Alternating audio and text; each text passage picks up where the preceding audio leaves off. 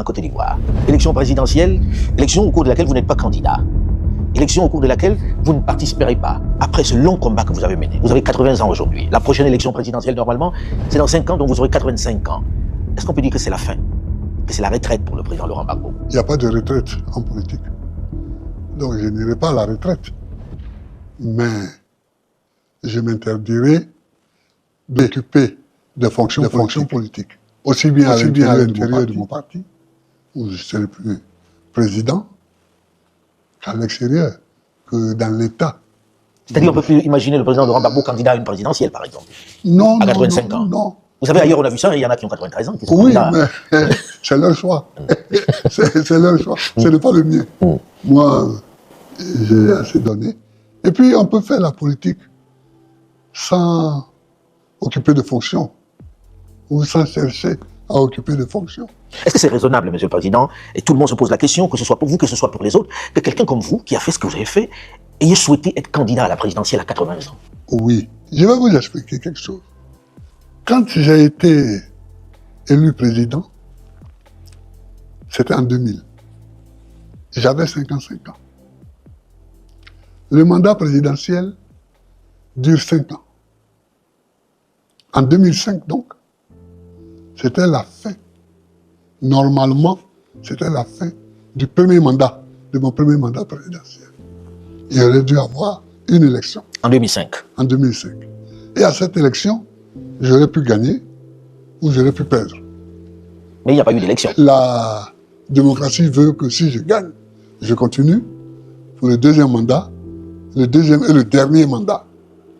Donc, j'avais jusqu'à 65 ans. 65 ans, si vous aviez un second mandat. Voilà, si j'avais un second mandat. Mais si j'avais perdu après le premier mandat, c'était fini.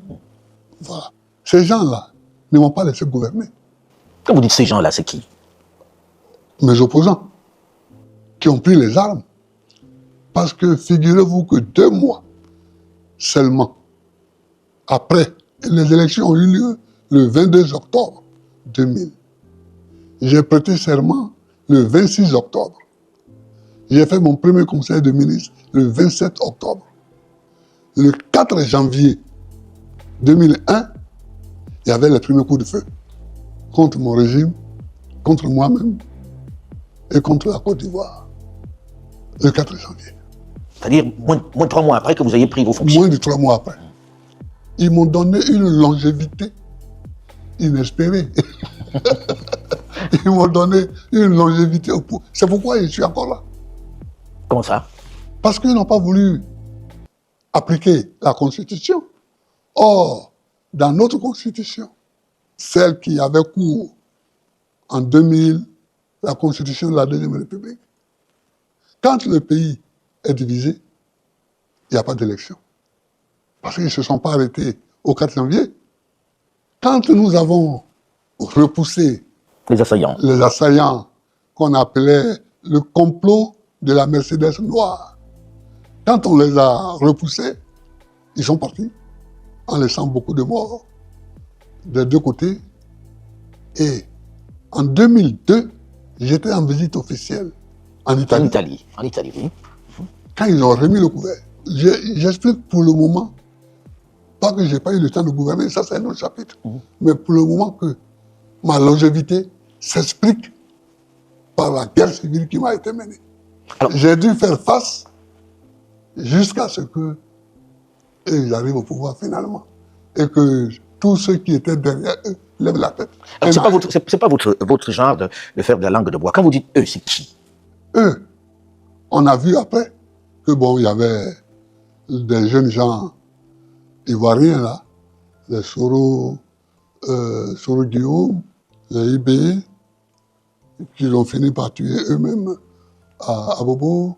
Les jeunes gens là, il y avait ce groupe-là qui n'a pas pensé la rébellion et qui n'a pas financé surtout la rébellion. Mais il y avait ensuite l'équipe d'Alassane Ouattara, qui a été nommément citée par les rebelles comme étant leur financier, qui leur donnait 25 millions par mois. Ça a été cité, ça a été montré? Cité clairement. Ça a été cité clairement. Et puis, il y a la France. C'est Nicolas Sarkozy qui voulait vous vitrifier. Ouais, qui voulait me vitrifier et qui, à la fin des fins, bon, m'a quand même eu à bombarder la résidence présidentielle de Côte d'Ivoire, c'est-à-dire d'un pays étranger, qui m'a fait arrêter. Pour aller passer... Le 11 avril 2011, j'ai fait 8 mois à Korogo, puis après, j'ai été déporté à La Haye. Où vous avez passé une dizaine d'années. Une dizaine d'années. Une dizaine d'années. Monsieur le Président, vous êtes revenu, vous n'avez pas pu être candidat, que vous avez dit que vous ne prenez pas votre retraite, que vous resterez toujours dans l'environnement, peut-être pour accompagner, je pense que c'est plus dans le domaine de l'accompagnement, du legacy. Alors, quand je suis arrivé, j'ai trouvé des petits problèmes dans mon parti. Donc j'ai créé un parti. Le PPACI. Le PPACI, pour laisser tranquille. Parce que, ou bien on s'engageait dans des procès longs, inutiles, et on sait en Afrique, je ne suis pas au pouvoir. Bon, donc...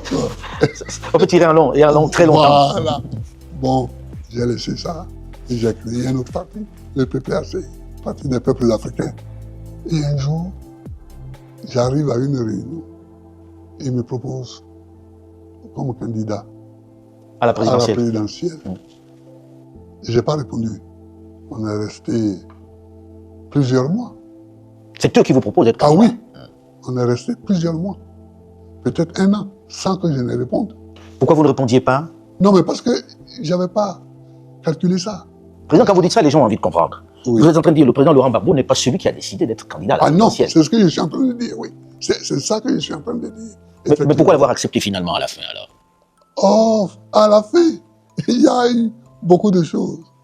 Quand j'ai vu que Ouattara s'apprêtait, lui, à être candidat, j'ai dit, zut, c'est très bien. En 2010, j'ai gagné. Le Conseil constitutionnel m'a proclamé vainqueur. Il a contesté. Mais moi, je suis sûr que je l'ai battu. Il a contesté la décision du Conseil constitutionnel. Alors qu'il dit aujourd'hui que ça ne se conteste pas.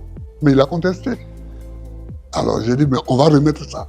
Ah, c'était le remède en Oui, réalité. Vous vouliez vraiment... oui, c'était l'opportunité. On va remettre ça pour voir qui a vraiment gagné. Et donc c'est pour ça que j'ai accepté. Et là, que la vérité... pour que la vérité puisse s'exprimer.